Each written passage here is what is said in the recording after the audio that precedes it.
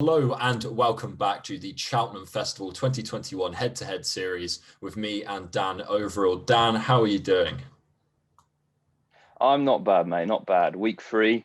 Hopefully, another one actually makes it to the festival this week. So we can only hope. I don't know about you, but I'm finding it more and more difficult to find selections. Are you struggling at all yet? We're only week 3. It's quite worrying, isn't it? Yeah, a bit. I think mainly for me, because obviously, I like to get stuck into a handicap, and most of the markets are barely developed. So it's proving a bit of a struggle, but we're getting there. More 33 to 1 shots are on their way. Don't you worry. Brilliant. We're going to start off by some questions from you guys. As always, check me out on Twitter. I always ask a couple of days beforehand to drop me some questions and we'll go through answering them. So the first one's from Chris Pollard. He actually dropped this on YouTube. He'd like to know if we've heard anything about Champ and our thoughts on him for the Gold Cup. I'll let you take that one away, Dan. Well, the latest on Champ was there's no races to run him in before Cheltenham, apparently, which is an interesting statement. I thought the Cotswold Chase seems an appropriate one to go for. It would be a bit concerning for the Gold Cup. We haven't seen him yet, although we've seen light campaigns work recently with Album Photo. It's worked for him, so maybe it'll prove a masterstroke in the end. But you'll want to see him out beforehand, I think, before backing him, for all that he's got quite a nice profile, being an RSA winner and a second season chaser. But I just want to see him first. He has got an entry for the Stayers Hurdle. If you read that into much, I think that's almost Nicky throwing a hissy fit, isn't it? It's something like, along those lines. Make me do. In case I don't get to run him over fences before, we're going to have to run him over hurdles. Like they're going to do that. Come on, let's be realistic. He's 9 years old. I don't think it's that bad of a shout. I think his jumping over fences has been one of his downfalls. He's always gotten away with it because he has a huge engine, and maybe the Stairs Hurdle will be a very interesting target for, albeit he's definitely going to the Gold Cup. There's no chance he runs in the Stairs Hurdle. It's a statement by Nicky just saying, please give me more free runner grade 1 for 200 grand that only Champ and my horses can run in. There's nothing else in it. The next question is coming from Ryan. He's joined me on the betting heat a few times, and he starts his question off by saying, getting rid of the novice handicap was an absolute joke. And what races would you get rid of instead? Choose 3 that you'd shortlist. I'll kick things off. The first one I'd really like to get rid of is the National Hunt Chase. That's a very personal one. I hate watching it. It was also known as the 4 Miler a couple seasons ago. 14 went to post last season and only 6 horses returned. The year before, 18 went to post and only 4 horses returned with 8 fallers. I think it's a really brutal test for novice chasers, and I'd rather see it not there. Do you agree with me on that, Tom? It wasn't top of my list, but it was on there. I think the reason you see so many non-completions, because just so many were so unfit to run in it. I mean, you get a few who are capable, experienced, decent novices, and then the rest you get are just not capable of running in a grade race at Cheltenham, really. And the good ones you do get in here can sometimes dilute from the RSA. So, yeah, I see your point on that one. It wouldn't be top of my list to go, but I would consider it, especially over the novice handicap. The next one, I think we might actually overlap on this one, would be the per temps. It incentivizes non-trials throughout the season, and I don't enjoy that. I also find it really difficult to find the winner. So again, another very personal one. And the last one is the Kim Muir. Just simply because I know that you like it so much, I'd like for it to be vanished. That's just spiteful. Yeah. But I mean, the Potemps was actually top of my list. Yeah, as you say, the qualifying system is ridiculous. It's outdated. It glorifies restricting horses and their performances in the build-up. Ridiculous. Just needs to go. And despite my love affair with the Kim Muir, it's actually 3rd on my list. It's one of those where, is it needed, really? I love it, but it becomes very compressed as a handicap. There's normally only about £7 in it. I think that was last year's. It's quite tight. And you've got the Ultima over 3 Mile 2 for a handicap chase. Like, I know we have the races for the amateurs, and I love seeing them there, but purely as a race, like you could get the best of the Kim Muir and they could go for the Ultima instead. So, yeah, in order, mine would be the Potemps, terrible, National Hunt Chase, and then the Kim Muir were my 3. I cannot believe we've landed on the same 3. I'm chuffed I know. I don't agree on anything. No, never. The next question comes from Jake Price. He's actually got a separate one for each of us to answer, so we'll start with yours. And he said, would you tip in every all-weather race for a week in February if it meant that you could attend the 2021 Cheltenham Festival?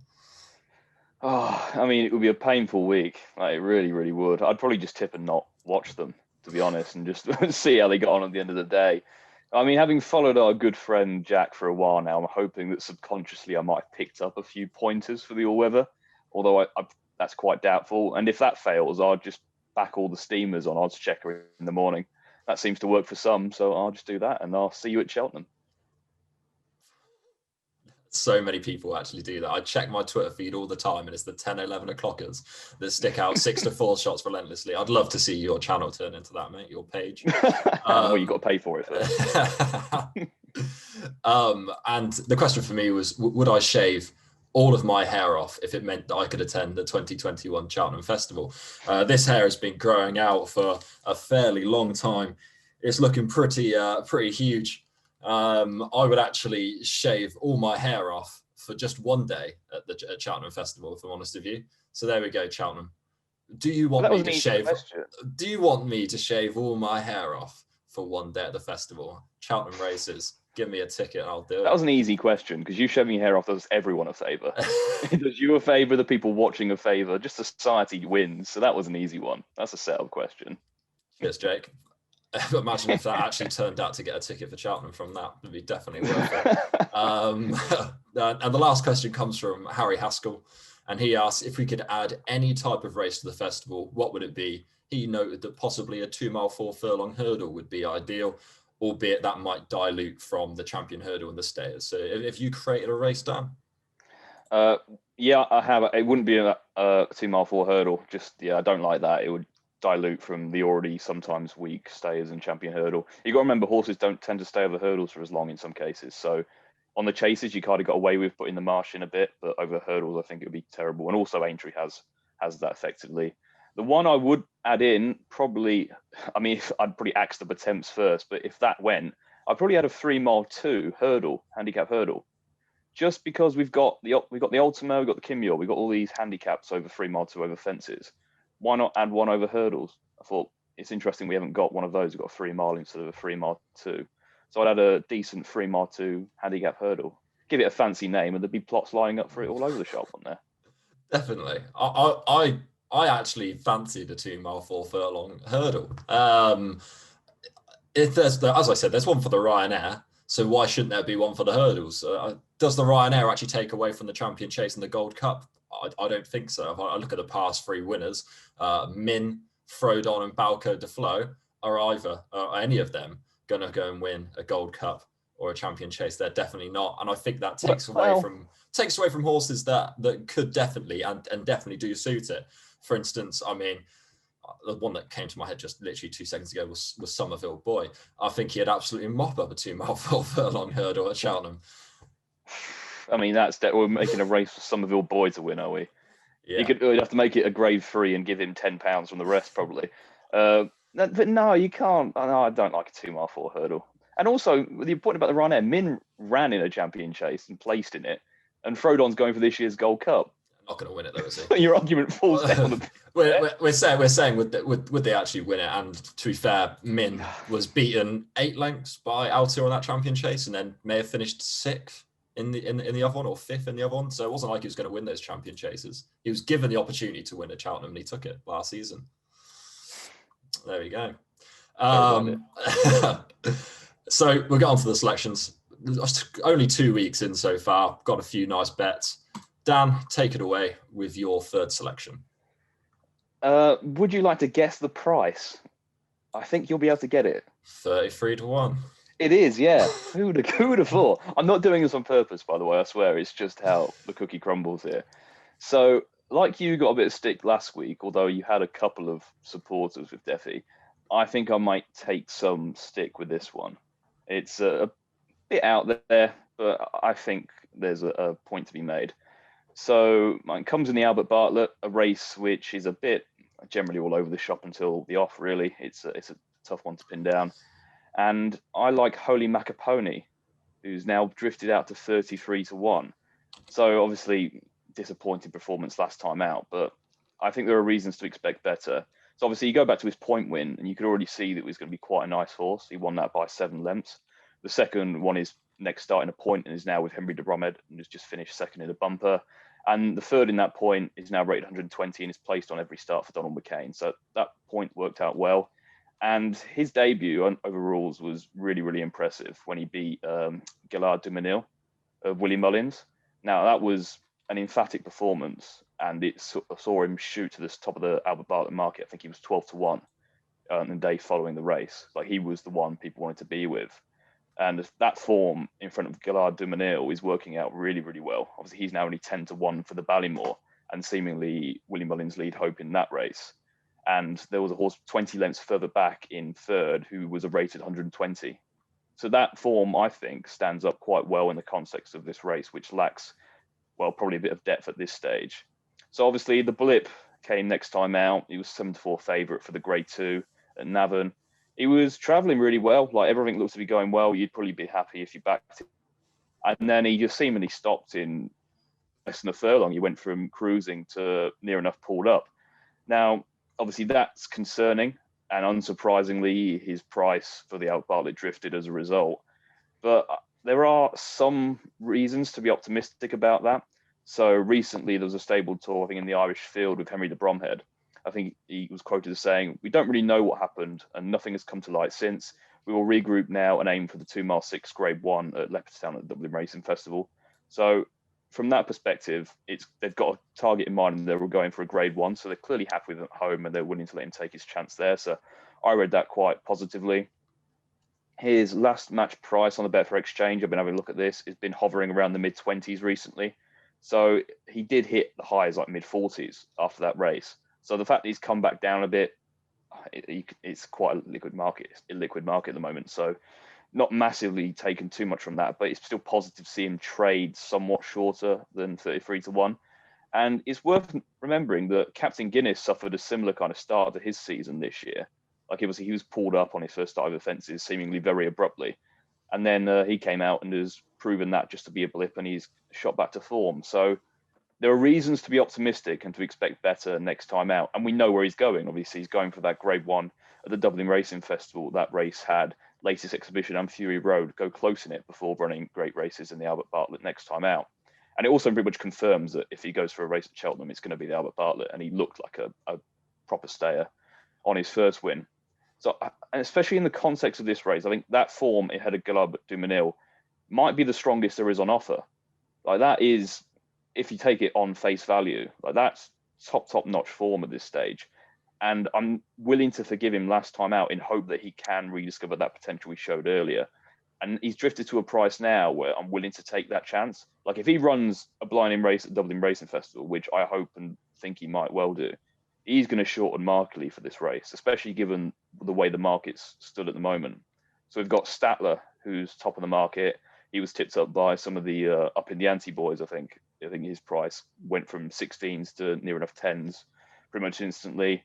You've got Barbados Bucks, was a similar kind of story. I think that might have been Tony Calvin who tipped him up. And he's halved in price pretty much. And then behind him in the market, you've got Brave Man's Game and Bob Ollinger, obviously, who won't run here. So it's looking a bit empty, but it's that kind of race that generally does. So if the Irish have done well in this race recently as well, 1, 2, 3 in the last couple of years. Henry de Bromhead had Maleta Indo win it, had Mona Lee finish second. So he's been doing well in this race for the same owners as well. And now he's 33-1, just based on that run first time out and the fact that we now know where his targets are still being set quite high despite that blip. I think he's very interesting at that price.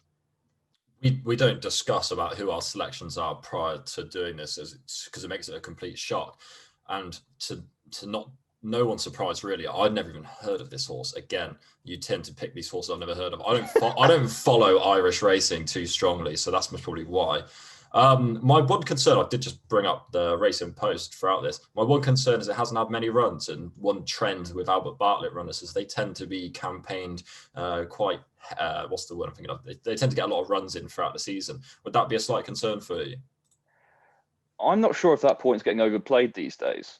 Like, it's a point that's always made before the Albert Bartlett. Experience pays, but see, Manila Indo had 2 starts over hurdles before he won it for the exact same connections. I think it might be getting to the stage now where we almost overplay the idea that you need tons of experience. And I think I tend to do this as well. I think I've backed a couple who have been hardened, proven, decent horses, but aren't quite top class, and they've really struggled. So I think when you get top class horses in this race, they still perform very well. And I think Henry de Bromhead is a fantastic trainer. I rate him really highly. And I think he's brilliant at readying a relatively inexperienced horse for the big day. I mean, we saw him do it with Lorindo, just as is the main example at this stage, but I think he's more than capable of doing it with others. So minor concern, but not massive. Okay. My selection. So it's a real shame actually, this one, because on the last podcast I said I had one lined up for the Arkle. Luckily, in some ways, I looked and saw there was an article about 2 days ago, that's saying that this horse won't be going to Cheltenham Festival and will also be stepping up in trip as well. So I'm glad I read that. Otherwise, we could have another St. Calvados moment, really. My selection's going to be coming from the Grand Annual. This will be fairly obvious after the run on the weekend. I'm going to start by saying that I don't like Sky Pirate, especially after his £7 hike in the weights. He's also been talked about for possibly going for the Arkle or even the Champion Chase, which I think is silly. I think if they really did want to go for the Grand Annual, they would have preserved his mark and not run this weekend. And I think that speaks volumes. My selection has cut, I think, from about 33 to 1 to 20 to 1 following his win. And I'm very happy at that price. That's going to be Aramax for the Grand Annual. Dan, was that the horse you thought I was talking about? No, it isn't. Same colours, but not the same horse. Brilliant. Gordon Elliott loves a handicap win at Cheltenham. A stat for you is that when JP McManus and Gordon Elliott team up for handicaps at Cheltenham, they have a 33% win ratio and a plus 18 level stakes profit. It's also just profitable to back Gordon Elliott blind in handicaps around Cheltenham. Gordon Elliott won this race last season with Chosen Mate, and I see a lot of similarities between Chosen Mate and Aramax. They both had some very suspect rides earlier on and then came to win a race in January. If Aramax does go straight to Cheltenham, following this win, they both would have come in off the back of a break, had a run over hurdles, 3 runs over fences, and gone and won the Grand Annual. They both ran in the same beginner's chase at the Fairyhouse as well, albeit Chosen Mate didn't win. Aramax is also a previous festival winner, which I think is key and important, and that most probably goes through with my selections. The reason I picked Defi de Soy and St. Calvados, they're proven around the course and what they're doing. Each way 20 to 1, I think that's a nice price to add to my earlier stat. When JP McManus and Gordon Elliott team up for Cheltenham handicaps, they actually have a 66% place ratio as well. So 20 to 1 is very fair each way price. It's available with 2 firms, and both of those firms are 4 places quarter odds. I'm guessing you thought I was talking about N2CAS. Yes, correct. Yeah, that's exactly what I thought you were talking about. And I would have supported your opinion much more if it was in N2CAS as well.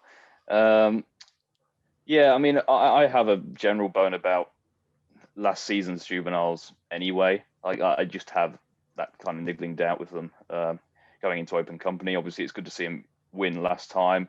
I think rather surprisingly, I don't think many thought he'd be winning a beginner's chase. Really thought they'd probably preserve him more for handicap. So that was a bit of a shock. I guess my concern as well, obviously you've mentioned course form, all is well and good, but inexperience in a Grand Annual is not a good thing. And you could probably make the same case for N2CAS, but N2CAS is now running 2 decent graded handicaps, which I much prefer handicap form when assessing a chance of a Grand Annual as opposed to just beginner's chase form.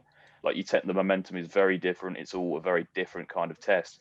And we've seen the likes, I think, Magic Saint was a hot favourite who'd run in small fields and hadn't tested it and didn't perform well. We had Grenadine, who I think that was his first handicap chase last year when he was a hot favourite for this race, and then he ran well but couldn't quite do it. But we know he's even better than the Mark 150 he ran off that day. So just the inexperience of a handicap, and I think this time now you've got to remember that the Grand Annual's been moved to the first day, so it's on the old course now. So I think it's almost going to be a horse you want who's going to be confirmed and bowling out in front now. Like obviously, it's a sharper test there, and it's hectic in that race anyway behind, and you probably want to be more prominent. I think that's probably going to be now more the case than ever. So how they ride him, I'm not sure, but I don't know. There's enough doubts about him in my mind at this stage, but hey, Cheltenham Festival form, albeit a Fred Winter, it's worth something. Definitely. Hopefully we can get a nice price. I'm hoping that will get absolutely smashed in. I think Chosen Mate actually went off 7-2 for the race last year, because I think Grenadine might have drifted and Chosen Mate came in for a lot of support. And I'm hoping for the same, albeit between the 2 JP horses and N2CAS and Aramax, obviously the 2 main ones. one of them's going to be his horse that he thinks is going to win. I'm just hoping it's Aramax, and I hope they've got the handbrake off. So that's going to wrap up Cheltenham Festival 2021 Ante-post bets with me and Dan. As always, drop comments down below about questions you'd like us to answer. We'll cover about 4 or 5 before we go into our selections. Anyway, we hope you guys enjoyed the video, and we'll catch you next week.